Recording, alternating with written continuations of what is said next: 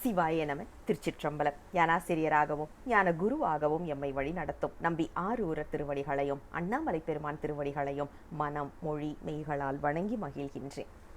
பன்முக நோக்கில் 9ஆம் திருமுறை என்ற இந்த அற்புதமான நிகழ்வில் நாம் இப்போ 9ஆம் திருமுறையில் வரக்கூடிய புராண செய்திகள் என்பதை பார்க்க இருக்கின்றோம். இந்த பொழிவை நமக்கு கொடுப்பதற்காக பெங்களூரில் இருந்து சிவஞானம் ஐயா நம்மளோடு இணைந்திருக்கின்றார்கள். உலகியலுக்கு பொறியாளராக பணியாற்றி கொண்டிருக்கின்றார்கள். ஆனால் ஐயாவை பற்றி அருளியல்ல அறிமுகப்படுத்தணும் அப்படின்னா ஒரு சிலருக்கு பிள்ளைங்களை வச்சு சொல்லுவோம், ஒரு சிலருக்கு அப்பாவை வச்சு சொல்லுவோம். ஆனால் நம்ம ஐயாவுக்கு 2 பேரையுமே சொல்லலாம். நம்மளுடைய குழந்தைகள் நிகழ்வில் வந்துட்டு இளையர் முயற்சியில் நங்கை என்ற ஒரு குழந்தையும், மழலையர் முயற்சியில் கோவேந்தன் என்ற ஒரு குழந்தையும் வாரம் பாடி அனுப்புறதை நாம் கேட்டு மகிழ்கின்றோம் இல்லையா? அந்த இருவருடைய தந்தை தான் நம்மளுடைய சிவஞானம் ஐயா. அது மட்டும் கிடையாது, இவருடைய அப்பா வந்தவாசி சைவ சமய பேரவையோடைய அமைப்பாளராகவும், வந்தவாசியில் ஆடி சுவாதி 4 விழாக்குழு நிறுவனராகவும் பல வகுப்புகளை நடத்தி சமயப்பணி தொண்டு ஆற்றி வருகின்றார்கள். அப்படிப்பட்ட சைவ மரபை சார்ந்த ஒரு ஐயா தான் இன்று நம்மோடு இணைந்திருக்கின்றார்கள். 9ஆம் திருமுறையில் வரக்கூடிய புராண செய்திகளை நமக்கு சொல்வதற்காக. தாமதிக்காமல் ஐயாவிடம் மேடையை ஒப்படைக்கின்றேன். சிவாய நம. திருச்சிற்றம்பலம். திருச்சிற்றம்பலம். ஊழியர்கோன் வெப்பொடித்த புகழியர்கோன் கடல் போற்றி, ஆழிமிசை கல்மிதப்பில் அணைந்த பிரான் அடி போற்றி, வாழி திருநாவலூர் வன்தொண்டர் பதம் போற்றி, ஊழிமலி திருவாத ஊரார் திருத்தால் போற்றி, கல்லால் நிழல்மலை வில்லார் அருளிய கொல்லார் இணைமலர் நல்லார் புனைவரே, உலகலாம் உணர்ந்து ஓதற்கு அரியவன் நிலவுலாவிய நீர்மலி வேணியன், அழகிற் ஜோதியன் அம்பலத் தாடுவான் மலர் சிலம்படி வாழ்த்தி வணங்குவான்.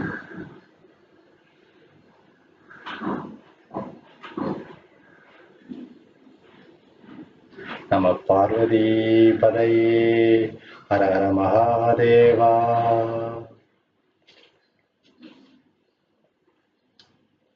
எல்லாம் வல்ல இறைவனின் திருவருளையும், சைவ ஆதீன குருமகா சன்னிதானங்களின் குருவருளையும், அனைத்து சிவனடியார்களின் திருவடிகளையும் அடியேன் மனம் மொழி மெய்களால் போற்றி பணிகின்றேன். பன்முக நோக்கில் 9ஆம் திருமுறை என்கின்ற எழில்ஞான பூசையை கடந்த பல நாட்களாக இணையம் வாயிலாக நடத்தி வருகின்ற நம் தமிழர் ஊரன் இலக்கிய ஆராய்ச்சி மையத்திற்கும் அதன் நிறுவனரான சிவ லாவண்யா அருள் அம்மையாருக்கும் அடியனுடைய முதற்கண் வணக்கத்தையும் நன்றியையும் தெரிவித்துக் கொள்கிறேன். அந்த ஞான வேள்வியின் ஓர் அங்கமாக 9ஆம் திருமுறையில் புராண செய்திகள் என்ற தலைப்பில் சில சிந்தனைகளை செய்வதற்கு திருவருளும் குருவருளும் கூட்டியுள்ளது.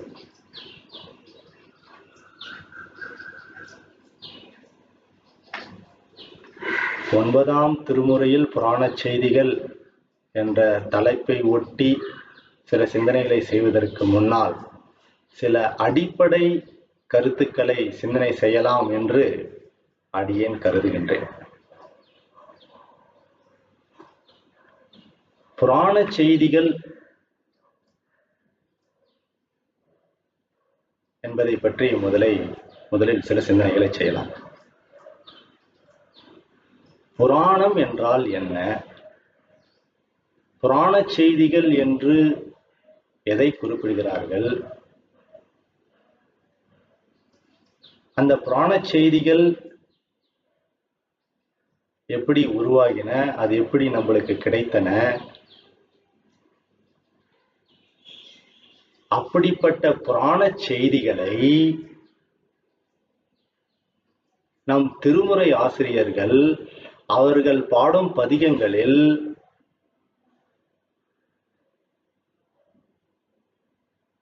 புராண செய்திகளை எடுத்து கையாள்கின்றனர். அருளிதான் அப்படிப்பட்ட செய்திகளை கொண்டுதான் பதிகங்கள் அருளி செய்யப்பட்டுள்ளன. ஏன் அவ்வாறு புராண செய்திகளை எடுத்து பதிகங்கள் அருளி செய்யப்பட்டுள்ளன? அப்படிப்பட்ட புராண செய்திகளை நாம் தெரிந்து கொள்வதால் நமக்கு என்ன பலன், என்ன லாபம்? அதாவது இந்த உலகத்துல நம்ம எந்த ஒரு செயலை செஞ்சாலும் முதல்ல அந்த செயலினால் என்ன நமக்கு லாபம் என்றுதான் பார்ப்போம். அதுக்கப்புறம் தான் அந்த லாபத்தினுடைய மதிப்பை வைத்துத்தான் நம்மளுடைய செயலே இருக்கும். அதுபோல நம்ம இந்த புராண செய்திகளை தெரிந்து கொள்வதாலும் அப்படிப்பட்ட புராண செய்திகளை உள்ளடக்கிய நம்முடைய திருமுறை ஆசிரியர்கள் அருளிய பதிகங்களை பாடுவதாலும் நமக்கு என்ன பலன் என்பதை பற்றியும் நம்ம சிந்தனை செய்யலாம். புராணம் என்ற சொல் புரா நவ என்ற 2 சொற்களை கொண்டு உருவாக்கப்பட்டதாக வடமொழி நூலோர் சொல்கின்றனர். புரா நவ. புரா என்றால் பழமைக்கு பழமையாகவும், நவ என்றால் புதுமைக்கு புதுமையாகவும் புராணம் உள்ளது. பழமைக்கு பழமையாகவும் புதுமைக்கு புதுமையாகவும் உள்ளது புராணம். இந்த புராதனம் என்ற சொல் கூட அதிலிருந்து தான் புராணம் வந்ததாக கூட சொல்லுவாங்க. புராதனம், புராதனம் வாய்ந்தது அப்படின்னு சொல்றது, மிக பழமையானது அப்படின்னு சொல்றதுக்கும் அதை பயன்படுத்துவாங்க. நம்மளுக்கு தெரிஞ்சது சிவபுராணம் என்ற திருவாசகத்தில் உள்ள முதல் பதிகம். அந்த சிவபுராணம் என்ற சொற்களுக்கு விளக்கத்தை சொல்லும்போது சிவனது அனாதி முறைமையான பழமை என்று சொல்லுவார்கள்.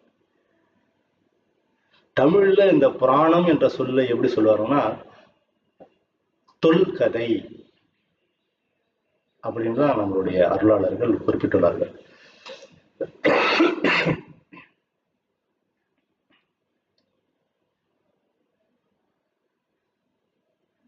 இந்த புராணம் என்ற சொற்களுக்கான விளக்கத்தை நாம் பார்த்தோம். அப்ப அந்த புராண செய்திகள் எப்படி உருவாயின, அது என்ன சொல்லுன, என்ன சொல்கிறது அப்படின்னு பார்க்க போனா, வேத ஆகமங்களில் கூறப்பட்டுள்ள செய்திகளை தெளிவாகவும் விரிவாகவும் விளக்கமாகவும் கதை அம்சத்துடன் கற்பனை நயத்துடன் எடுத்துரைப்பதுதான் அந்த புராண செய்திகள் அப்படின்னு நம்ம அருளாளர்கள் சொல்றாங்க. அப்ப இந்த புராண செய்திகளுக்கான மூலம் எது அப்படின்னு பாக்குறப்போ வேதங்களும் ஆகமங்களும் அப்படின்றது தெரிய வருது. அப்ப அடுத்த கேள்வி, வேதங்கள் ஆகமங்கள் அப்படின்றது என்ன, அது யாரு கொடுத்தா அப்படின்ற சிந்தனையெல்லாம் செய்யறப்போ நம்மளுடைய திருமுறை ஆசிரியர்கள், சித்தாந்த ஆசிரியர்கள் அதற்கு தெளிவான விளக்கத்தை தந்து அருளியுள்ளார்கள். திருமூலர் அருளிய திருமந்திரத்துல போய் பார்க்கலாம். சித்தாந்தத்துல சிவஞான சித்தியார் அருளிய சில பாடல்கள்லாம் பார்க்கலாம். பாருங்க, ஒரு உதாரணத்துக்கு, ஆரண ஆகமங்கள் அருளினால் உருவு கொண்டு காரணன் அருளானாகில் கதிப்பவர் இல்லையாமே அப்படின்ற ஒரு சிவஞான சித்தியார் பாட்டு. இறைவன் அருளையே உருவாக கொண்டு ஆரண ஆகமங்கள் அருளினால் உருவு கொண்டு காரணன் அருளானாகில், சிவபெருமான் இந்த வேத ஆகமங்களை அருளி செய்வதற்காகவே உருவத்தை எடுத்தான், அருளையே உருவாக கொண்டு எடுத்தான் என்று தான் சிவஞான சித்தியார் அழகாக சொல்லுது. ஆரண ஆகமங்கள், ஆரணம் என்றால் வேதம், இந்த வேத ஆகமங்களை இறைவன் அருளி செய்தான் அப்படின்றது தெளிவா அருள் சிவாச்சாரியார் சொல்லியிருக்கிறார். அப்ப இந்த வேதம் ஆகமங்கள் என்ற 2 நூல்களை இறைவனை அருளி செய்துள்ளார்களே, முதல்ல ஒரு கேள்வி, ஏன் 2 நூல்களாக அருளி செய்தார், ஒரே நூலை போதாதா அப்படின்ற கேள்விக்கு தான் சித்தாந்த ஆசிரியர்கள் விளக்கம் செய்யும் போது, இந்த உலகத்தில் பல்வேறு தரப்பட்ட ஆன்மாக்கள் இருக்கின்றன. அதனால எல்லா ஆன்மாக்களுக்கும் பொதுவாக விளங்கக்கூடிய வகையில் பொது நூல் என்று வேதத்தையும், அந்த உயிர்களில் பக்குவம் உள்ள உயிர்கள், அதாவது சக்திநிபாதர்கள், அவர்களுக்காக ஆகமம் என்ற நூலும் அருளி செய்துள்ளார் அப்படின்னு தான் சித்தாந்த ஆசிரியர்கள் விளக்கம் சொல்லுவாங்க. ஏன் 2 நூலாக செய்தார்? அப்ப இறைவன் ஏற்கனவே அந்த 2 நூல்கள் செய்துள்ளார். அதற்கு மேல எதற்கு பல விரிவுரை நூல்களாக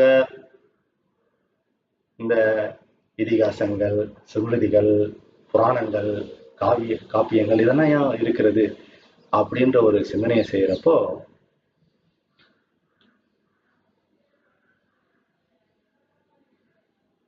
இந்த வேதத்திலும் ஆகமத்திலும் கூறப்பட்டுள்ள செய்திகள், இறைவனால் அருளி செய்யப்பட்ட இந்த நூல்கள்ல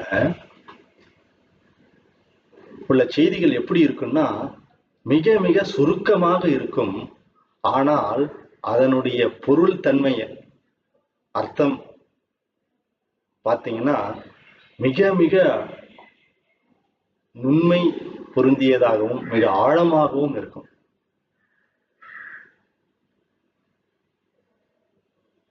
அதனால எல்லா உயிர்களும் இறைவன் என்ன சொல்ல வரான்ற அந்த செய்தியை முழுமையாக அறிந்து கொள்ளுமா அப்படின்ற ஒரு கேள்வி எழும்போது, அப்படி எல்லா உயிர்களும் அறிந்து கொள்ளும் நிலையில் இல்லை. எல்லா உயிர்களுக்கும் அந்த பக்குவம் இருப்பதாக இல்லை என்பதாக நம் அருளாளர்கள் உணர்ந்து, அதற்கு விரிவுரையாக இந்த இதிகாசங்கள், புராணங்கள் என்ற விரிவுரை நூல்கள் எல்லாம் உருவாகின. அப்ப இந்த எல்லா இதுகளுக்கும் அடிப்படை வேத ஆகமங்கள், அது இறைவனால் செய்யப்பட்டது.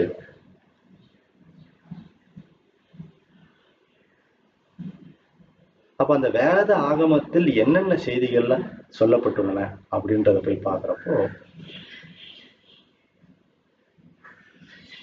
இந்த உலகியல் வாழ்க்கை நடைபெறுவதற்கு தேவையான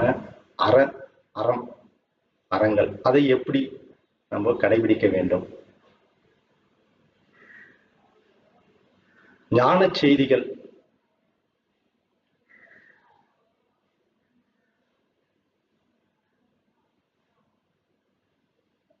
நம்ம சைவ சித்தாந்தம் கூறுகின்ற முப்பொருள்களான பதி, பசு, பாசம் ஆகிய பொருள்களினுடைய சிறப்பு பொது குணங்களை பற்றியும்,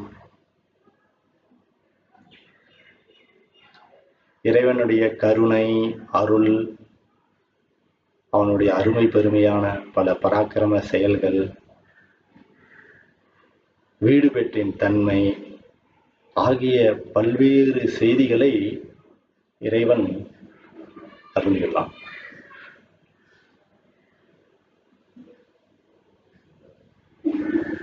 அப்படிப்பட்ட செய்திகளை கதை வடிவில் எடுத்து உரைப்பதுதான் புராணங்கள் என்று அருளாளர்கள் சொல்லுகிறார்கள். இப்போ ஒரு எடுத்துக்காட்டுக்கு பார்த்தீங்கன்னா, சத்தியம் வத அப்படின்னு வேதத்துல சொல்றாங்க. அதாவது தமிழ்ல சொல்லும்போது உண்மையை பேசு.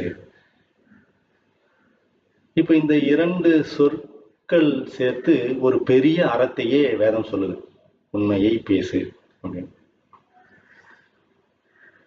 இதை எல்லா உயிர்களும் இறைவன் எப்படி அந்த அறத்தை வகுத்தானோ அப்படியே எல்லா உயிர்களும் புரிந்து கொள்ளுமா அப்படின்னு பாக்குறப்போ, அதாவது அது புரிந்து கொள்ளுதல் அப்படின்னா உண்மைன்னா என்ன, அந்த உண்மையை நம்ம கடைபிடிப்பதால் என்ன பலன், கடைபிடிக்கும் போது ஏற்படக்கூடிய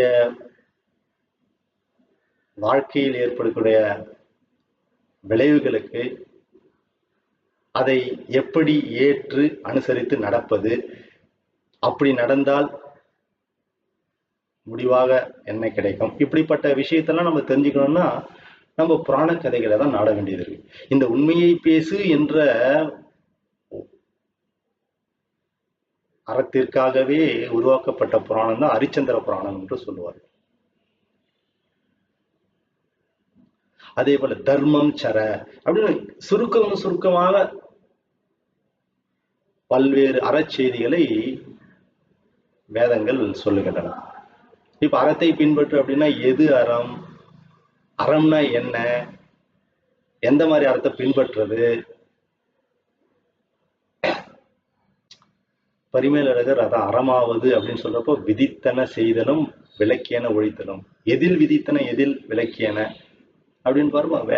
மனு முதலிய நூல்கள், அந்த மனு முதலிய நூல்கள் எப்படி வந்தது, வேதத்துல எல்லாமே. அப்போ மூலம் வேத ஆகமங்கள். அப்ப அந்த அறத்தை வேதத்தை விட்டு அறமும் இல்லை அப்படின்னு திருமணம் சொல்றாரு. அப்போ அறத்தை பின்பற்றுன்னு சொன்னா எல்லா உயிர்களாலும் அதை முழுதும் புரிந்து கொள்ள முடியுமா அப்படின்னு பாக்குறப்பதான் அதற்காக உருவாக்கப்பட்ட இதிகாசம் தான் மகாபாரதம்.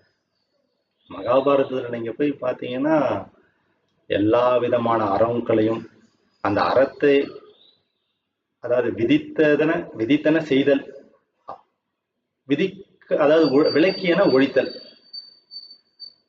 அப்ப எதை அறமாக கொண்டு செய்ய வேண்டும், எதை விளக்க வேண்டும், இதெல்லாம் தெரியணும் புரியணும் அப்படின்னா நீங்க அந்த மகாபாரத இதிகாசத்துல போய் பார்த்தீங்கன்னா கதை அம்சத்தோட கூடி சொல்லப்பட்டுள்ளதால எல்லா உயிர்களாலும் சுலபமாக புரிந்து கொள்ள முடியும். அதே போல ராமாயணத்தை எடுத்துக்கிட்டீங்கன்னா தந்தை தாய் சொற்களை பின்பற்றுதல், அதை எப்படி பின்பற்றுவது, அதை எப்படி வாழ்க்கையில் அனுசரிப்பது என்று கதை வடிவில் ராமாயணம் என்ற இதிகாசத்தில் அல்லது அதை காவியமாகவும் சொல்லுவோம், காவியத்தில் மிக விரிவாக கூறியுள்ளனர். அதனால இப்போ புராண கதைகள் எதற்காக உருவாகின அப்படின்ற ஒரு தன்மை நம்மளுக்கு புரிய வருது. சரி, அப்படிப்பட்ட புராண செய்திகளை நம்மளுடைய திருமுறை ஆசிரியர்கள் ஏன் எடுத்து கையாளுகிறார்கள்? அப்படிப்பட்ட பாடல்களையும் புராண செய்திகளையும் நாம் தெரிந்து கொள்வதால் நமக்கு என்ன லாபம் என்ற சிந்தனையை செய்யும் போது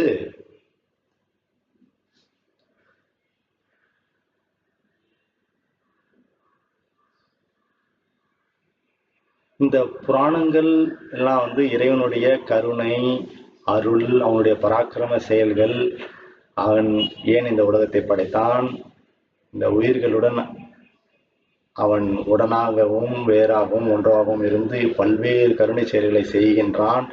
இது போன்ற பல்வேறு நிகழ்ச்சிகளை, பல்வேறு இறைவனுடைய செயல்களை கதை வடிவில் எடுத்து உரைப்பது புராண செய்திகள் சொன்னோம். அப்படிப்பட்ட இறைவனுடைய கருணையும் அருளையும் புகழ்ந்து நம் அருளாளர் பாடிய பாட்டை பாடும் பொழுது நமக்கு என்ன கிடைக்கும் அப்படின்னு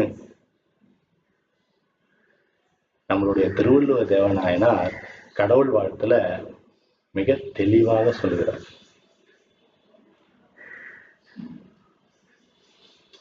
இருள் சேர் இருவினையும் சேரா இறைவன் பொருள் சேர் புகழ் புரிந்தார் மாட்டு.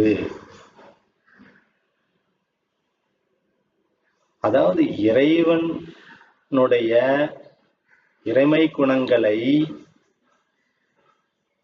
இறைவன் என்ற பொருளுடைய இறைமை குணங்களை எவன் புகழ்ந்து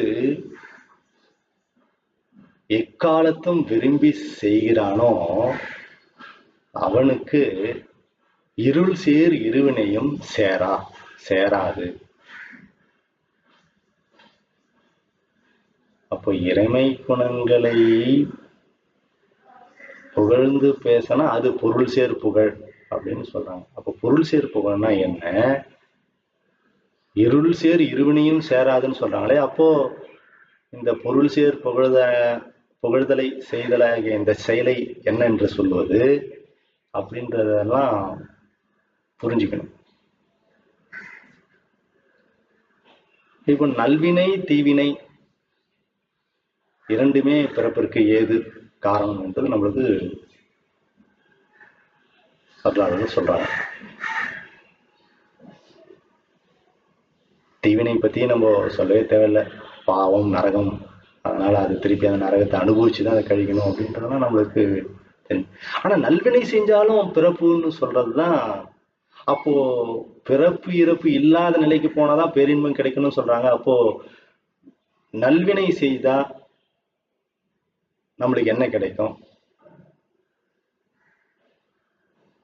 அதாவது நல்வினையிலேயே மிக மேன்மையான இந்த உலகியலில் பின்பற்றக்கூடிய அறம் எது, அந்த அறத்தை பின்பற்றினால் கிடைக்கக்கூடிய அதிகபட்ச இன்பம் எது அப்படின்ற ஒரு சிந்தனையை செஞ்சு பார்க்குறப்போ, இந்த உலகத்துல நம்ம வாழறப்போ அந்த உலக நிகழ்ச்சி நடைபெறுவதற்கு தேவையான அறச்செயல்களை ஒரு உயிரானது முழுமையாக பின்பற்றினால் அந்த உயிருக்கு கிடைக்கக்கூடிய அதிகபட்ச இன்பம் என்ன அப்படின்ற சிந்தனையை செய்யறப்போ அதற்கு திருவள்ளுவர் தெளிவா சொல்லிட்டார். வையத்துள் வாழ்வாங்கு வாழ்பவன் வானுரையும் தெய்வத்துள் வைக்கப்படும். அதாவது எந்த அளவுக்கு அந்த உலகத்துல அவன் அறத்தை பின்பற்றினானோ அந்த அளவுக்கு வானர் உலகத்துல போய் தேவர்களாக இருந்து ஒரு தெய்வமாக அவன் வைக்கப்பட்டு சில நாட்கள் அங்க இருக்கலாம். அதற்கு ஒரு எல்லை உண்டு, அந்த இன்பத்தை அனுபவிக்கிறதுக்கு எல்லை உண்டு. அந்த எல்லையை அந்த கால எல்லை முடிஞ்சிருச்சுன்னா திருப்பி அவன் பிறக்கணும். அவன் செய்த பல அடுத்த வினைகளின் பயனுக்கேற்ப பிறப்பை அவன் எடுப்பான். அப்போ அந்த இன்பத்திற்கு ஒரு கால எல்லை. அதனால நல்வினை செஞ்சாலும் அந்த இன்பத்தை அனுபவித்து விட்டு திருப்பி பிறப்பு எடுக்கும் அப்படின்றது திருவள்ளுவர் தெளிவா சொல்லிட்டார். இப்ப பெண்கள் கற்பு நெறியில் நின்னா என்ன செய்யும் அதிகபட்சமா அப்படின்னு சொல்றப்போ அவர் என்ன சொல்றாருன்னா, பஞ்ச பூதங்களும் அந்த பெண்ணினுடைய ஆணைக்கு ஏவல் செய்யும். அதான் அவர் சொன்னார் திருவள்ளுவர், பெய்யென பெய்யும் மழை, மழை பெய் அப்படின்னு சொன்னா மழை பெய்யும் உடனே. இந்த மாதிரி இன்பங்கள் தான் கிடைக்கும் அப்படின்றத தெளிவா சொல்லிட்டார். ஆனா அந்த இன்பம் எல்லாமே ஒரு அந்தமுடைய இன்பமாக இருக்கிறது என்பதும் நம்மளுக்கு புலப்படுகிறது. அப்போ நம்மளுக்கு பேரின்பம் அப்படின்னு ஒண்ணு சொல்றாங்களே, அந்த இன்பம்னா எது? அப்ப இந்த பொருள் சேர் புகழாகிய இறைமை குணங்களை புகழ்ந்து சொன்னா அந்த பேரின்பத்தை அடையலாம், இந்த இருள் சேர் இருவனையும் சேராது அப்படின்னு சொல்றாங்க. அது எப்படி புரிந்து கொள்வது அப்படின்னு பாக்குறப்போ, இந்த உலகத்துல நம்ம எந்த ஒரு செயலை செஞ்சாலும் யாரை புகழ்ந்தாலும் அந்த புகழ்தல் என்பது பாத்தீங்கன்னா ஒண்ணு உயர்வு புகழ்ச்சியா இருக்கும், இல்லை இன்மை புகழ்ச்சியா இருக்கும். அதாவது அந்த உயிருக்கு இல்லாத ஒன்று இருப்பதாக சொல்லி புகழ்வது, இல்லைன்னா இருக்கிற அவன் செஞ்ச செயலுக்கு அதிகமாக ஒரு புகழ்ச்சியை சொல்லுவது, உயர்வு புகழ்ச்சி, இன்மை புகழ்ச்சி. ஆனா நீங்க இறைவனுக்கு செய்கின்ற புகழ்ச்சி எல்லாம், ஏன்னா நீங்க எந்த புகழ்ச்சி செய்தாலும் அதற்குத்தான் அவன் முழு தகுதி உடையவனாக இருக்கிறான். அவன் ஒருத்தன் தான் தகுதி உடையவனாக இருக்கிறான். அதனால நீங்க சொல்லுகிற புகழ்ச்சி அவனுக்கு அது சரியா பொருந்துது. அதனாலதான் இறைவனுக்காக செய்கின்ற அந்த புகழ்ச்சிகள் எல்லாம் பொருள் சேர் புகழ் அப்படின்னு திருவள்ளுவர் சொல்றார். அப்ப அப்படி செஞ்சா அது எப்படி நல்லிணை தீமையில சேராது அப்படின்றது பாக்குறப்பதான் அப்ப இந்த நல்வினை தீவினை என்பதே ஒரு உயிரானது மற்றொரு உயிருக்காக செய்கின்ற செயல்கள் அந்த உயிரினுடைய அனுபவத்திற்கு ஏற்றாற் போல, அதாவது இப்ப இந்த உயிர் ஏதோ ஒரு புகழ்ச்சி ஏதோ ஒரு செயல் செய்யுதுன்னா அந்த உயிர் அனுபவிக்கும். அந்த உயிர் அனுபவிக்கின்ற கால எல்லையை பொறுத்து தான் அந்த பயன் அமையும், இன்பமோ துன்பமோ அமையும். இப்ப நம்ம இறைவனை நோக்கி அவனுடைய குணங்களை உணர்ந்து நம்ம அவனை போற்றி பணிகின்ற பொழுது நாம் செய்கின்ற செயல்களை அவன் அனுபவித்தால் அவன் எப்படி அனுபவிக்கிறானோ அதுக்கேற்ற பலன் நம்மளுக்கு கிடைக்கும். நம்ம செய்கின்ற அந்த புகழ்ச்சிக்கோ இல்லை இகழ்ச்சிக்கோ சிவபெருமான் அதை அனுபவிக்க போறதே இல்லை, அவர் அனுபவிக்க வேண்டிய நிலையிலும் இல்லை. அதனால நம்ம செய்கிற இந்த செயல்கள் எல்லாமே பேங்க்ல போடுற அசல் மாதிரி. ஏன்னா அந்த அசல் என்னைக்குமே சிவபெருமான் எடுத்து அனுபவிக்க போறதே இல்லை. அதனால நம்ம இந்த மாதிரி பொருள் சேர் புகழாகிய செயல்களை செய்தால் அது அப்படியே அசல்ல ஏறிக்கிட்டே போவோம், நம்மளுக்கு வட்டி ஆகிய இன்பம் கிடைத்து கொண்டே இருக்கும். ஏன்னா எந்த அளவுக்கு அந்த செயல்களினுடைய பலனை இறைவன் இந்த உயிர்களுக்கு கொடுக்கிறது அப்படின்னு பாக்குறப்போ அதற்கு கால எல்லையை நிர்ணயம் செய்ய முடியவில்லை. ஏன்னா இறைவன் அதை முழுவதுமாக எடுத்து அனுபவிப்பதில்லை. அந்த அனுபவிப்பதனுடைய எல்லையை பொறுத்துத்தான் அந்த இன்பமோ துன்பமாகிய பயனுடைய எல்லையை வகுக்க முடியும். அதனாலதான் இத சிவபுண்ணிய செயல்கள் அப்படின்னு சொல்றாங்க பெரியவங்க. இப்ப இந்த பொருள் சேர் புகழ் ஆகிய செயல் சிவபுண்ணியம். அப்படிப்பட்ட சிவபுண்ணிய செயல்களை செய்தால், எக்காலத்தும் செய்தால்,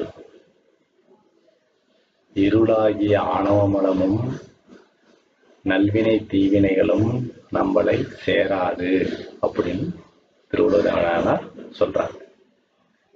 அல்லது மயக்கம் தருகின்ற நல்வினை தீவினை நம்மளை சேராது அப்படின்னு சொல்றாங்க.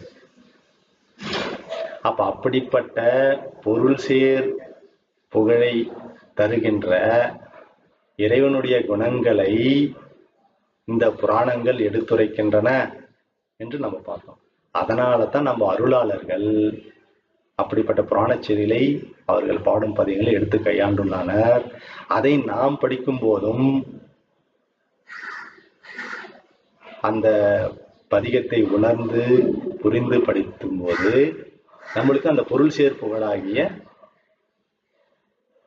செயலை செய்து முக்தி இன்பத்தை அடைவதற்கான வழியை அதை ஏற்படுத்தும் என்ற பலனை நோக்கித்தான் இந்த புராண செய்திகளை நாம் படிக்க வேண்டும் என்று உணர வேண்டும். அப்ப அந்த புராண செய்திகள், அதற்கு பிரமாணமாக உள்ள வேத ஆகமங்கள் கூறப்பட்டுள்ள கருத்துக்கள், அவற்றினுடைய முக்கியத்துவத்தை நாம் உணர வேண்டும் என்பதாக சொல்லி நம்ம இப்போ தலைப்புக்கு செல்லலாம். 9ஆம் திருமுறையில் புராண செய்திகள் அப்படின்னு பார்க்கிறப்போ நம்ம இப்போ 9ஆம் திருமுறை திருவிசைப்பா முதல் பதிகம் திருமாளிகை தேவர் அருளிய ஒளிவளர் விளக்கே. இந்த பாட்டை, இந்த பதிகத்தை பார்க்குறப்பயே பார்த்தீங்கன்னா அவர் எப்படி அதை கொண்டு செல்லுகிறார் அப்படின்னு பார்க்கணும்.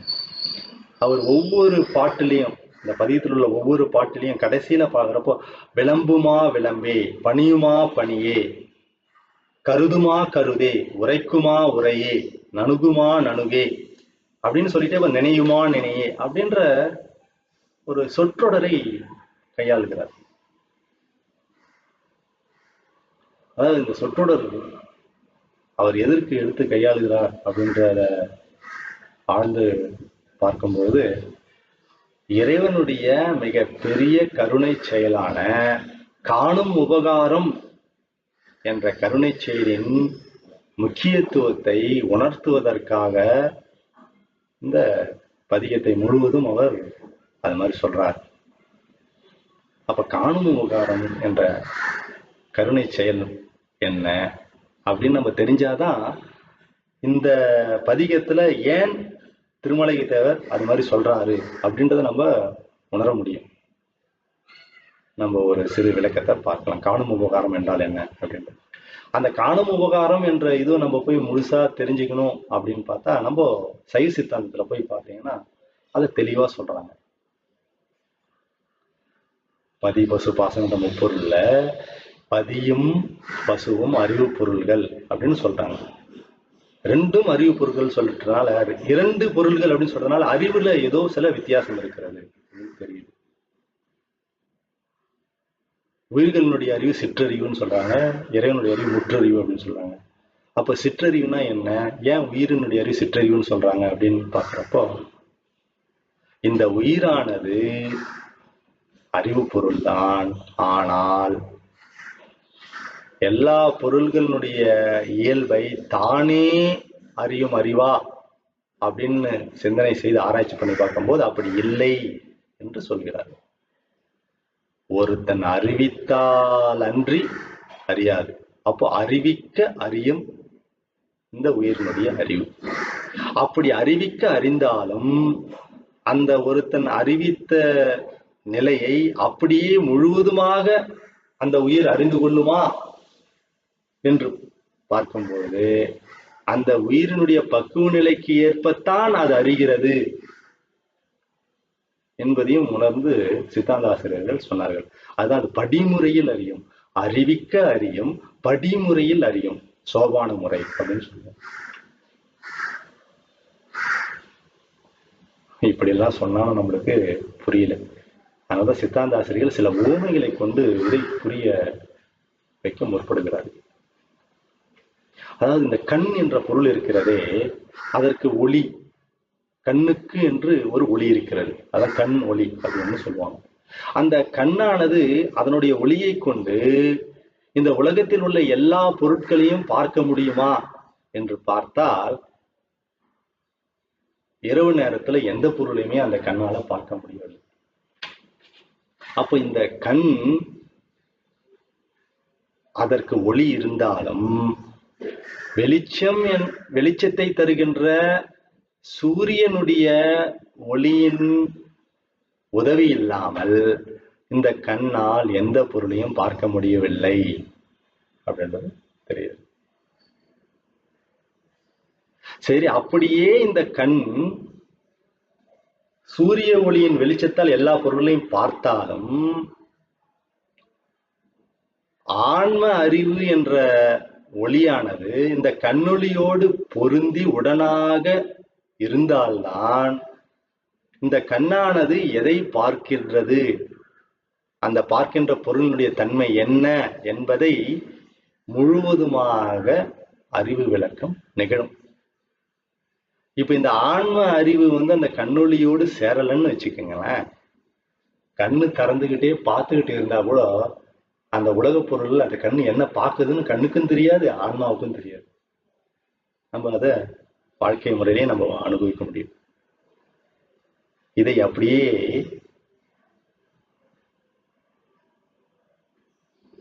அந்த பதிபசு பாசத்தோட மேப் பண்ணி பார்க்கணும். அதாவது கண்ணை உயிராகவும் சூரியனை இறைவனாகவும் கொண்டு இந்த கண்ணொளியும் சூரிய ஒளியும் வேறு வேறாக இருந்து இறைவன் உயிர்களுக்கு காட்டும் உபகாரத்தை செய்கிறான். எப்படி சூரிய ஒளி வெளிச்சத்தை கொடுத்து கண்ணொளியினால் இந்த உலகப் பொருட்களை பார்க்க செய்கிறானோ அது போல வேறு வேறாக இறைவனும் உயிரும் வேறு வேறாக இருந்து இந்த காட்டும் உபகாரம் என்ற செயலை செய்கிறான். இப்படி இந்த காட்டும் உபகாரத்தை மட்டும் செய்தா பத்தாத,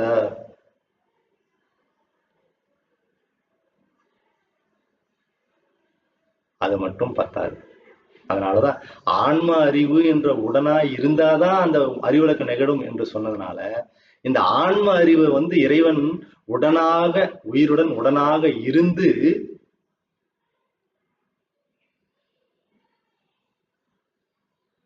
அவனும் அறிந்தால்தான் எப்படி கண்ணானது அந்த கண்ணொளி நாள் ஒரு அனுபவத்தை முழுவதும் விளக்கம் செய்வது, அது மாதிரி உயிரானது அந்த அறிவு விளக்கத்தை முழுமையாக அறியும். அப்ப இறைவனும் உடனிருந்து அறியணும். அப்போ இறைவனுடைய கருணையை பாருங்க. இறைவன் ஒவ்வொரு உயிருக்காகவும் அந்த உயிர் அனுபவிப்பதற்காக தானும் உடனிருந்து அறிகின்றான் என்ற இந்த காணும் உபகாரத்தினுடைய முக்கியத்துவத்தை உணர்ந்து, அந்த இறைவனுடைய கருணை செயலை உணர்ந்து, நம்ம திருமலிகை தேவர் அவர் பாட்டு சொல்றார், விளம்புமா விளம்பே.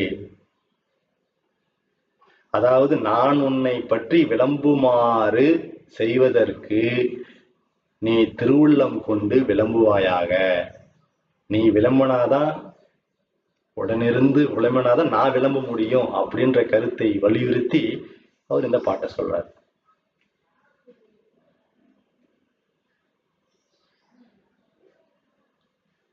நம்ம இவ்வளவு பெரிய ஓமைகளை கொண்டு சித்தாந்தாசிரியர்கள் விளக்கத்தின் மூலமா அந்த காணும் உபகாரம், காட்டும் உபகாரம் எல்லாம் விளக்கத்தெல்லாம் பார்த்தோம். இத புராண கதையில சுலபமா சொல்லியிருக்கிறாங்க. திருவிளையாடற் புராணம் பரஞ்சோதி முனிவரால் அருளப்பட்டது. அதுல மண் சுமந்த படலம் அப்படின்ற ஒரு படலம் இருக்கு. திருவிளையாடல் படத்துல கூட அதை பத்தி, அந்த புராணத்தை பத்தி பாட்டை பாடியிருப்பாங்க. வந்தி என்ற பாட்டி இருப்பா, அவ வயதான பாட்டி, அவ விட்டு செஞ்சு அதை விற்று வாழ்க்கை நடத்தி வந்தால் அவள் சிறந்த சிவபக்தை. அந்த பக்தியின் நிலையை மெச்சி இறைவன் என்ன சொல்றான், இறைவன் அந்த வந்தி பாட்டி ஆட்கொள்ள வேண்டும் என்று திருவுள்ளம் பட்டியதுனால ஒரு விளையாடல் செய்யணும்னு சங்கல்பம் செய்யறான். என்ன பண்றான், அந்த வந்தி வாழ்கின்ற ஊராகிய மதுரை நாட்டுல அதற்கு முன் என்றுமே காணாத அளவு வெள்ளத்தை ஏற்படுத்துகிறான். அப்பொழுது அந்த மதுரையை ஆண்ட அருமர்த்தன பாண்டியன் அவர்களுடைய வீரர்களை வைத்து அந்த வெள்ளத்தை கட்டுப்படுத்தும் நிலையில் இல்லை. அதனால் அவன் ஒரு ஆணை செய்யறான், ஆணை போடுறான். வீட்டிற்கு ஒருவர் வந்து இந்த வெள்ளத்தை அடக்குவதற்காக அணையை கட்ட வேண்டும் என்று ஆணையிடுகிறான். இப்போ வந்தி பாட்டி வீட்டுல யாரும் இல்லை. அதனால வந்தி அரச ஆணை எப்படி மேற்கொள்வது என்று யோசிச்சு கொண்டு வருத்தத்தோடு இருக்கிறான். அப்ப இறைவன் அந்த வந்தி வசிக்கிற வீட்டினுடைய வழியா கூலியோ கூலி, கூலியோ கூலின்னு கூவிட்டு போறான். வந்தி பாட்டி வருத்தத்தோட இருக்கா. இதை பார்த்த உடனே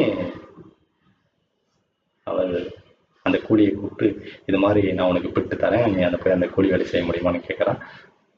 உடனே அவனும் இறைவன் மானுடைய இங்க வந்து அவனும் ஒத்துக்கிறாரு. இந்த இறைவன் அங்க போயிட்டு அணையை கட்டுவது மட்டும் செய்யாம மற்ற எல்லாத்தையும் விளையாடுறது, மற்றவங்க ஏன்னா அணை கட்டினா அதுக்கு இடையூறு செய்வது, இப்படித்தான் அந்த இறைவன் வந்து எல்லாம் செஞ்சுட்டு இருக்கான். இப்படியே நாள் போகிறப்போ மற்றவர்களுடைய அணை கட்டுவதனுடைய நிலை வந்து உயர்ந்து கொண்டே போகிறது. இந்த வந்தி பாட்டிக்கு ஒதுக்கப்பட்ட இடம் மட்டும் அப்படியே இருக்கு. இதனால எல்லாருக்கும் இடையூறா இருக்கு. இதை கேள்விப்பட்ட அரசன் கோபமா வந்தான். அந்த கூலி தொழிலாளரை பார்த்து, ஏன் இது மாதிரி நீ செய்து கொண்டிருக்கிறாய், ஏன் உன்னுடைய பகுதியை நீ ஒழுங்காக செய்யவில்லை அப்படின்னு கேள்வி கேட்கிறான். அதற்கு அந்த கூலி தொழிலாளி சிரிச்சுக்கிட்டும் விளையாடிக்கிட்டும் பதிலே சொல்ல மாட்டான். இதை பார்த்த அந்த அரசன் கோபம் கொண்டு தன் கையில் உள்ள பிரம்பை எடுத்து அந்த இறைவனாக வந்த அந்த கூலி தொழிலாளி அடிக்கிறான். அந்த அடித்த நொடி அரசனுக்கும் பட்டது, அமைச்சருக்கும் பட்டது, இந்த போனங்களில் உள்ள எல்லா உயிர்களுக்கும் அந்த வலியானது உணரப்பட்டது அப்படின்னு அந்த புராணக்கதை சொல்லுது. அதாவது சுலபமா பாருங்க, அந்த உயிரானது இந்த போனங்களில் உள்ள எல்லா உயிர்களும் அந்த வலியை உணர்ந்தது அப்படின்னா, அந்த இறைவன் எல்லா உயிர்களும் உடன் இருந்து அந்த வலியை உணருமாறு அறிவித்தான். அதனால எல்லா உயிரும் அறிந்ததுன்று கதை வடிவில சுலபமா சொல்லிட்டாங்க. அப்படி இறைவனுடைய காணும் உபகாரத்தை அதனுடைய முக்கியத்துவத்தை உணர்ந்து அவர் பதிகமாக இந்த திருவிசைப்பாவில அவர் பாடுறப்போ எப்படிப்பட்ட புராண செய்திகளையும் சேர்த்து சொல்றாரு அப்படின்றத பாருங்க. 2வது பாட்டு பாருங்க. இடர்கெடுத்து என்னை ஆண்டு கொண்டு என்னுள் அப்படின்னு அந்த பாட்டுல பாடிட்டே வரப்போ, அடல்விடை பாகா அம்பல கூத்தா அயனொடு மாலரி ஆமை படரொளி பரப்பி பறந்து நின்றாயை தொண்டனேன் பணியுமா பணியே. அயனொடு மாலரி ஆமை. அயன் பிரம்மன், மால் திருமால் விஷ்ணு. இவர்கள் 2 பேரும் யார் பெரியவன் என்ற சண்டையில இறைவன் திருவுள்ளம் கொண்டு அவருக்கு அந்த உண்மைத்தன்மையை அறிய வேண்டும் அப்படின்றதுக்கோசம் எடுத்த புராண கதை தான் லிங்கோத்பவர் வடிவம் அடிமுடி தேடிய வரலாறு என்ற புராண கதை. அவங்க 2 பேரும் பிரம்மன் அன்னம் எடுத்து பறந்து மேல போனாரு முடிய தர்றதுக்கு, விஷ்ணு அடியை தரத்துக்கு போனார். அவங்க 2 பேராலும் பார்க்க முடியல. மிக பேரொளி பிழம்பாய் படர்ந்து நின்றார் என்ற மாதிரி அவர் சொல்றாரு. அப்படிப்பட்ட இறைவனாகிய நீ அந்த தேவர்கள் எல்லாம் அகங்காரத்துல இருந்த மாதிரி இல்லாம எனக்கு பணிவை ஏற்படுத்தி தொண்டனாகிய நான் உன்னை பணிந்து வணங்குவதற்கான வாய்ப்பை எனக்கு நல்வாயாக. அப்படிப்பட்ட பணிவை செய்வதற்கு நீ பணிந்து என் உடனிருந்து அதை செய்வாயாக அப்படின்ற ஒரு விண்ணப்பத்தை செய்யறாரு. அப்படியே பாட்டெல்லாம் பாருங்க.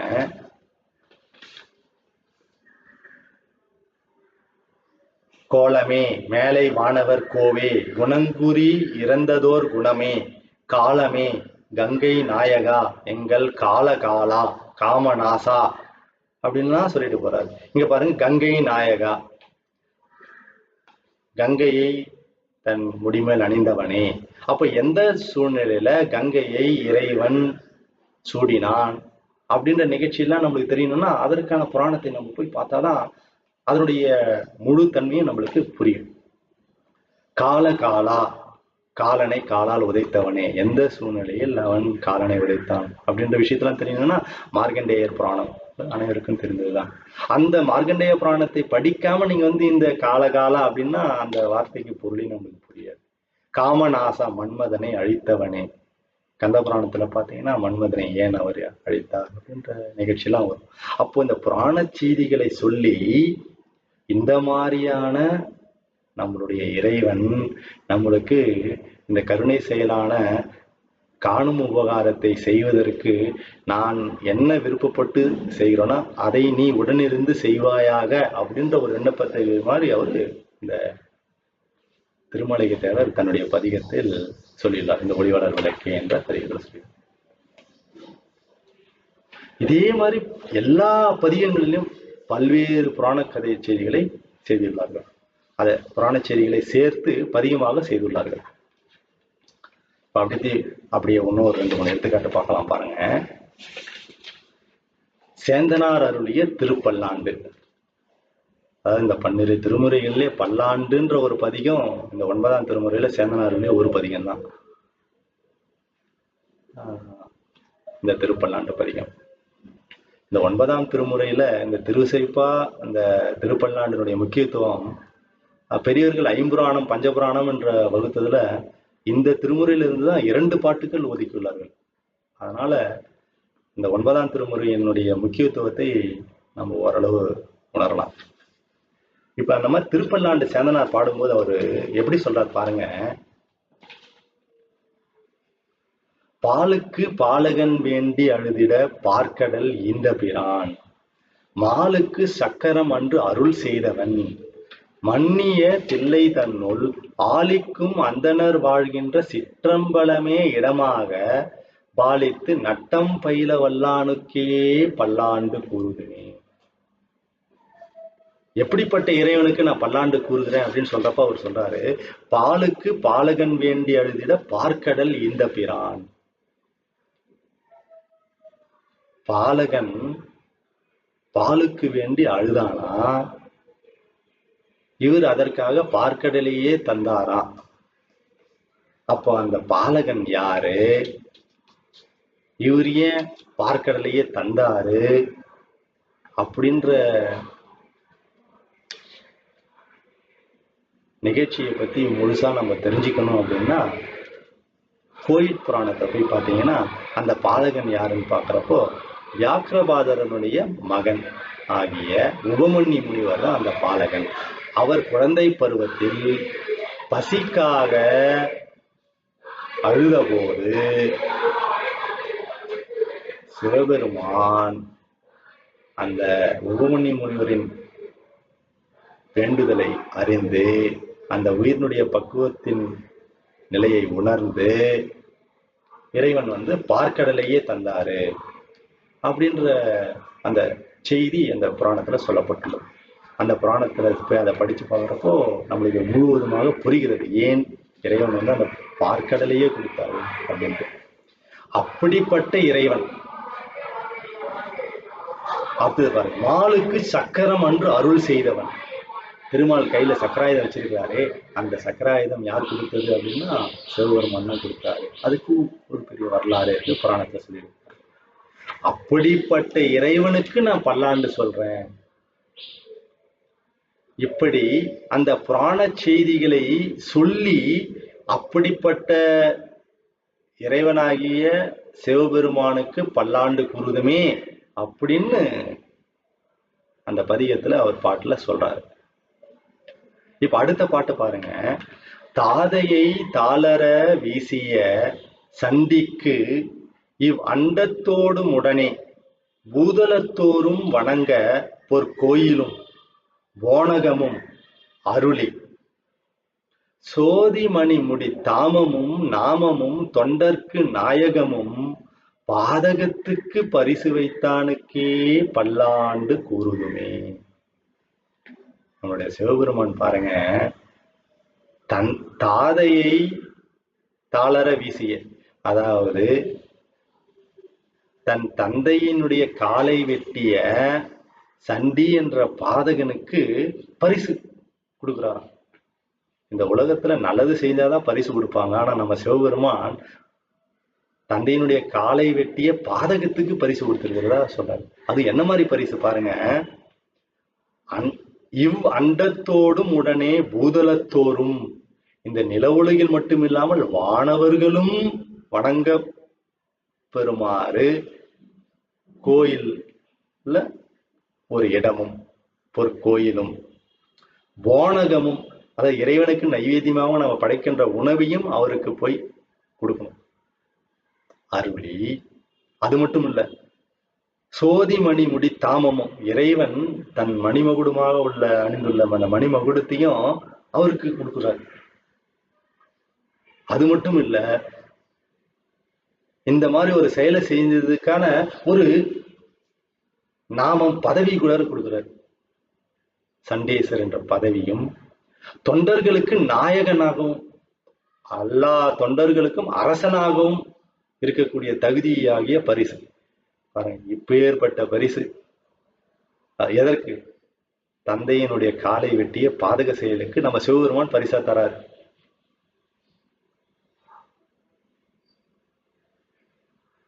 இப்ப இதை எப்படி நம்ம புரிந்து கொள்வது?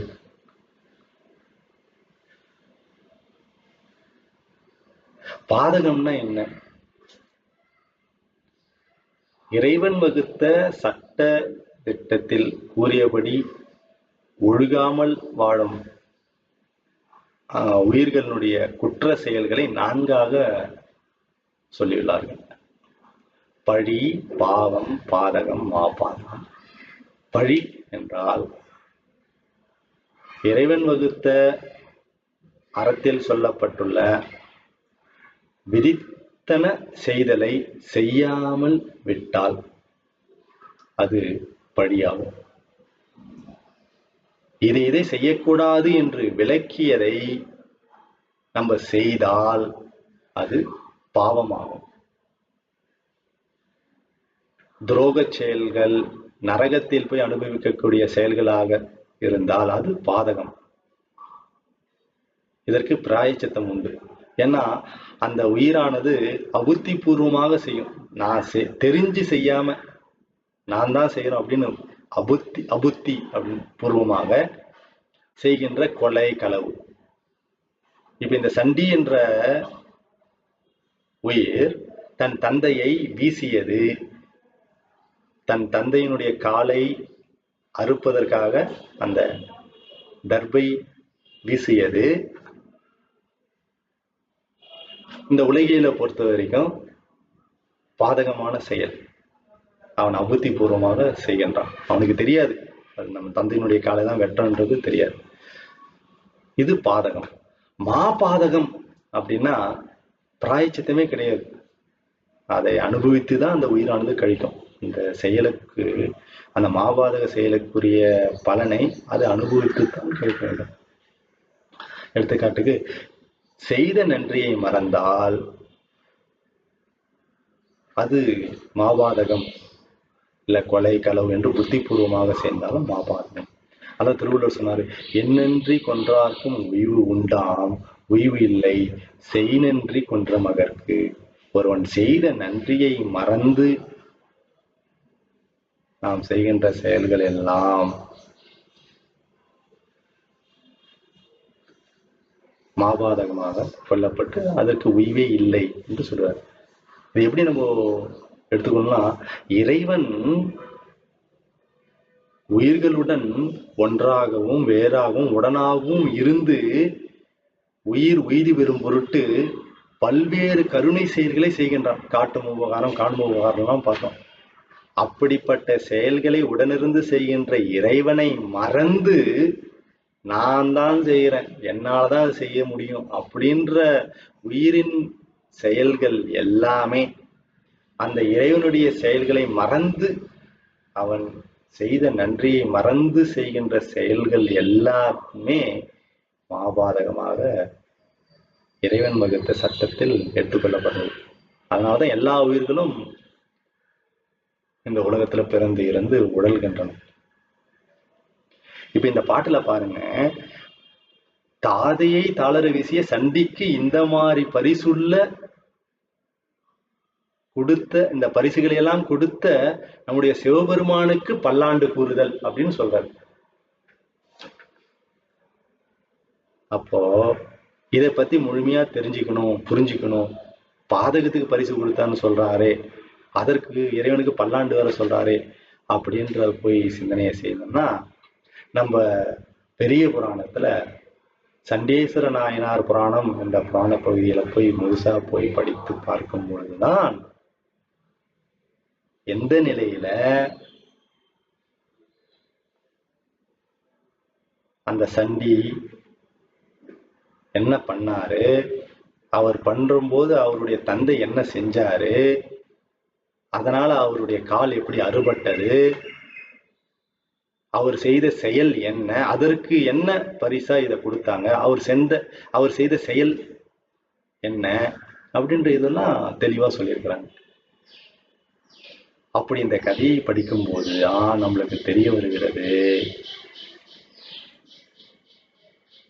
இறைவனை அர்ச்சிக்கும் செயலாகிய சிவபுண்ணிய செயல், அதற்கு இடையூறாக எது செய்தாலும் அது சிவ அபராதமாக கொள்ளப்பட்டு அதற்குரிய தண்டனையாகத்தான் அந்த தந்தையினுடைய கால் அறுபட்டது. இவர் இந்த சிவபுண்ணிய செயலை இடையூறு இல்லாமல் முழுவதுமாக செய்ததால் அந்த சிவபுண்ணிய செயலுக்கு உரிய பரிசாக இந்த பரிசை கொடுத்தாரு அப்படின்றது தெரிய வருது. அப்போ சிவபுண்ணிய செயல்கள் செஞ்சா செய்யறதுன்ற செயலானது இந்த உலக அறத்தை விட மேன்மையானது அப்படின்றத நம்ம உணரணும். அப்படிப்பட்ட அந்த புராண செய்திகளை உணர்ந்து தெரிந்து வந்து அப்புறம் நம்ம இந்த பாட்டை நம்ம பாடுறப்போ அந்த பாட்டினுடைய உண்மை பொருளை உணர்ந்து பாடினாதான் அந்த முழு பலனும் நம்மளுக்கு கிடைக்கும். அதனால்தான் மணிவாசக பெருமான் சொன்னாரு, சொல்லிய பாட்டின் பொருளுணர்ந்து சொல்லுவார். அப்ப இந்த புராண செய்திகளை பற்றி தெரியாம நம்ம இந்த பாட்டை நம்ம படிச்சோம்னா நம்ம முழுமையா உணர முடியுமா அப்படின்னு பார்த்தா அந்த நிலையில் இல்லை. அதனால அந்த புராண செய்தியினுடைய முக்கியத்துவத்தை நாம் உணர வேண்டும். நீங்க இதே மாதிரி நீங்க எந்த ஒரு பதிகம் எடுத்தாலும், முப்புறம் எரித்தது, அர்ஜுனனுக்கு பாசுபதம் அளித்தது,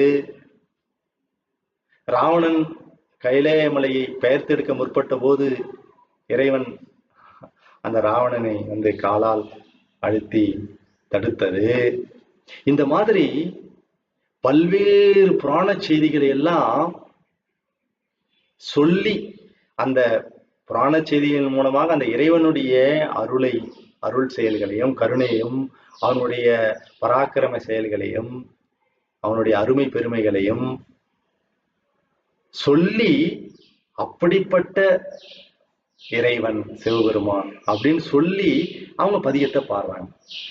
அப்படித்தான் நீங்கள் எந்த படிக்கத்தை எடுத்தாலும் நீங்க போய் பார்க்கலாம். புராண செய்திகள் இல்லாத பதிகங்களே இல்லை என்று சொல்லலாம். அதனால நம்ம அந்த புராண செய்தியினுடைய முக்கியத்துவத்தை உணர வேண்டும். அந்த புராணங்களினுடைய பிரமாணமாக சொல்லப்படுகின்ற வேத ஆகமங்களுடைய முக்கியத்துவத்தையும் நாம் உணர வேண்டும். சரி, அந்த புராணங்கள் அப்படின்னு சொல்றீங்களா, அது எப்படி நம்மளுக்கு கிடைச்சது அப்படின்னு பார்த்தா, கச்சியப்ப சிவாச்சாரியார் கந்தபுராணம் என்ற புராணத்தை தமிழில் அருளும் போது அவரு அந்த புராணங்கள் எப்படி கிடைச்சது அப்படின்னு சொல்றார். அதை அவருடைய வாக்காவே பார்க்கலாம். அவர் சொல்றாருக்காங்க, நாதனார் அருள் பெரு நந்தி தந்திட கோதிலாது உணர் சனற்குமரன் கூறிட வாதராயன முனி வகுப்ப ஓர்ந்துணர் சூதன் ஓதியது 3 தொல்கதை. 18 தொல்கதை யார் தந்தாரு? ஸ்ரீகண்டர் அருள் பெற்ற திருநந்தி தேவர் தந்திட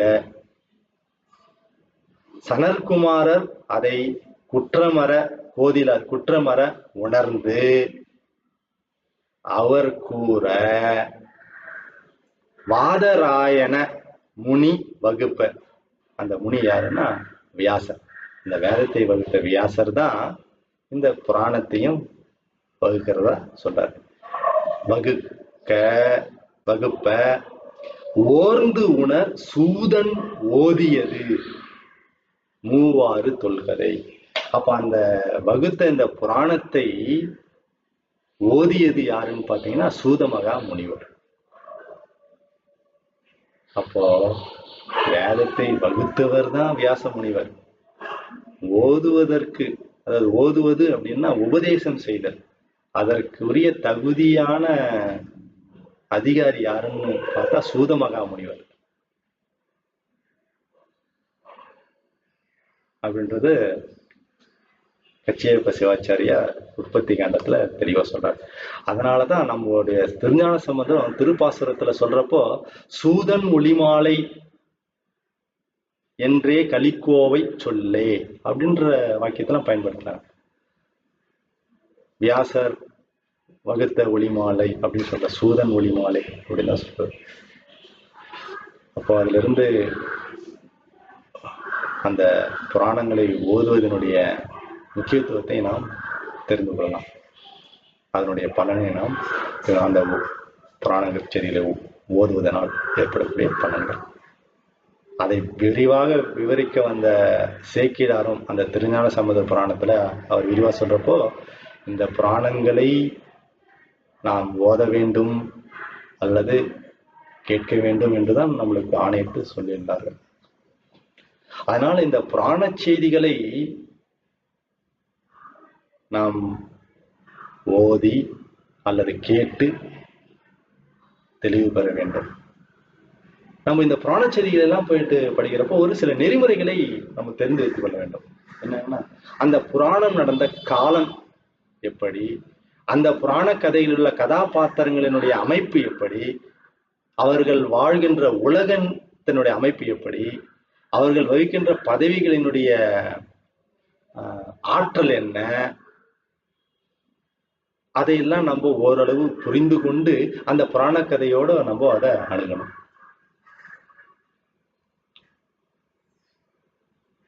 அப்புறமா அந்த புராண கதையினுடைய விளக்கத்தை மற்ற மதத்தார்கள் சொல்வதற்கும் நம்ம சைவ சித்தாந்தம் சொல்வதற்கும் உள்ள நுட்பத்தை நாம் உணர வேண்டும். இந்த புராணங்கள் கதைகளுக்கெல்லாம் விளக்கங்கள் வியாசரும் சொல்லியிருக்கிறாரு, சூத மகாமுனிவரும் சொல்லியிருக்கிறாங்க. அப்ப அவங்கவுங்க நிலையில் இருந்து அவர்களுக்கு ஏற்பட்ட அனுபவத்தை வைத்து அதற்கு விளக்க உரையாக சொல்லியுள்ளார்கள். அதனுடைய நுட்பத்தை நம்ம தெரிஞ்சுக்கிட்டு சைவ சித்தாந்த நோக்கில் நம்ம அதை அணுக வேண்டும். ஏன்னா வைணவம், சமர்த்தம், பௌராணிகம் இது மாதிரி பல்வேறு இனத்தவர்களும் வேதத்திற்கோ இல்ல அந்த புராண செய்திகளுக்கோ விளக்கத்தை சொல்றாங்க. அவங்களுடைய கொள்கைக்கு ஏற்ற மாதிரி சொல்றாங்க. சைவ சித்தாந்தமும் சொல்லுது. நம்ம அந்த சைவ சித்தாந்தம் எப்படி அதை எடுத்து விளக்கம் செய்கிறது என்பதையும், மற்றவர்கள் எப்படி விளக்கம் செய்கிறார் என்பதையும், அதில் உள்ள வேறுபாட்டை நாம் உணர வேண்டும். உணர்ந்து நம்ம அதை படித்து இல்லை ஓதி கேட்டு தெரிந்து உணர்ந்து அப்படிப்பட்ட புராண செய்திகளை நம்முடைய திருமுறை ஆசிரியர்கள் எடுத்து கையாண்டுள்ள பதிகங்களை நாம் உணர்ந்து ஓதினால் நிச்சயமாக இறைவனுடைய பொருள் சேர் புகழாக அந்த செயல் அமைந்து சிவபுண்ணியமாக எடுத்துக்கொள்ளப்பட்டு நம்மளுக்கு முத்தி இன்பமாகிய வீடு பேறு கிடைக்கும் என்பதாக சொல்லிக்கொண்டு